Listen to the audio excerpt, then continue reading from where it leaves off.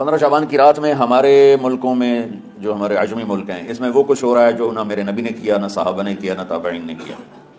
عجیب و غریب عبادات گھڑ لی ہیں، عجیب و غریب اس کے اعمال بنا لیے ہیں اپنی طرف سے، اور مسجدیں بھری ہوتی ہیں اور روشنیاں لگی ہوتی ہیں اور آتش بازی ہو رہی ہوتی ہے۔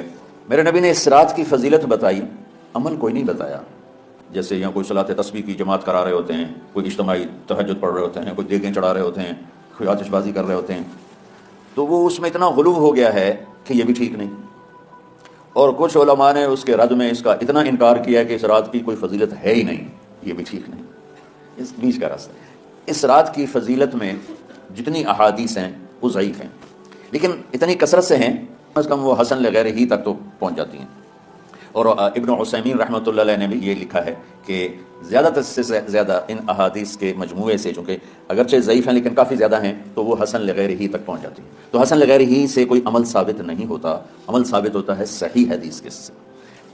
ایک احادیث کی کثرت سے روایات اور ایک امت کا عمل، کہ امت کا بہت بڑا طبقہ صدیوں سے اس رات کا اہتمام کر رہا ہے، لیکن کچھ عرصہ پہلے تک اہتمام تھا دن میں روزہ رکھنا، رات کو کوئی نوافل پڑھ لینا، کوئی 2 چار زیادہ پڑھ لینا، لیکن اب یہ ڈھول تماشا جو اب شروع ہوا ہے اس کا تو کوئی وجود ہی کوئی نہیں ہے۔ تو اس رات کو اللہ تعالیٰ نے مبارک بنایا۔ اللہ تعالیٰ اس رات میں ساری دنیا کے لوگوں کی بخشش فرماتا ہے سوائے 5 آدمیوں کی۔ 5 کے سوا سب اہل ایمان کی بخشش ہو جاتی ہے۔ پہلا مشرک، دوسرا مشاحن، مشاحن کیسے کہتے ہیں؟ دل میں بغض رکھنے والا، کینہ رکھنے والا۔ تیسرا مسبل ازارہ، اپنے پاجامے شلوار چادر کو ٹخنوں سے نیچے تک لے جانے والا، لیکن ایک شرط کے ساتھ کہ وہ تکبر کی وجہ سے ہو، سستی کی وجہ سے ہے، غفلت کی وجہ سے ہے۔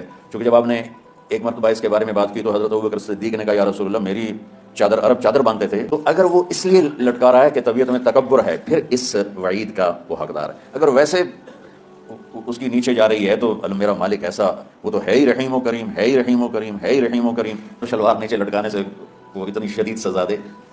اگر اس کے پیچھے تکبر ہے پھر ہے، یہ تکبر نہیں ہے تو انشاءاللہ وہ اس سے محفوظ ہوگا۔ کتنے ہو گئے؟ عاق لوالدیہ، ماں باپ کا نافرمان۔ نافرمان ایسا کہ دکھ دینے والا، چھوٹی موٹی اونچ نیچ تو ہر بچے سے ہو جاتی ہے، جن نے والدین کو ٹکڑے ٹکڑے کر دیا ہو اور ان کو دکھ دے دے دے دے کے ان کا سینہ چیر دیا ہو، چونکہ آپ کہتے ہیں پرزے پرزے کرنا کسی چیز کو، تو اپنے دکھ دے کر اپنی بدتمیزی کے ساتھ اس نے ماں باپ کا دل زخمی کر دیا ہو، ایک یہ نہیں معاف ہوتا۔ 5واں مدمن خمر، مسلسل شراب پینے والا، مستقل جو شراب کا عادی ہو۔ ان 5 کو مؤخر کر دیا جاتا ہے۔ معافی نہیں ہونے کا مطلب یہ نہیں کہ اللہ تعالیٰ کبھی معاف نہیں کرے گا، معافی نہ ہونے کا مطلب یہ ہے کہ یہ 5 ایسے گناہ ہیں کہ اس کی وجہ سے بخشش رک جاتی ہے۔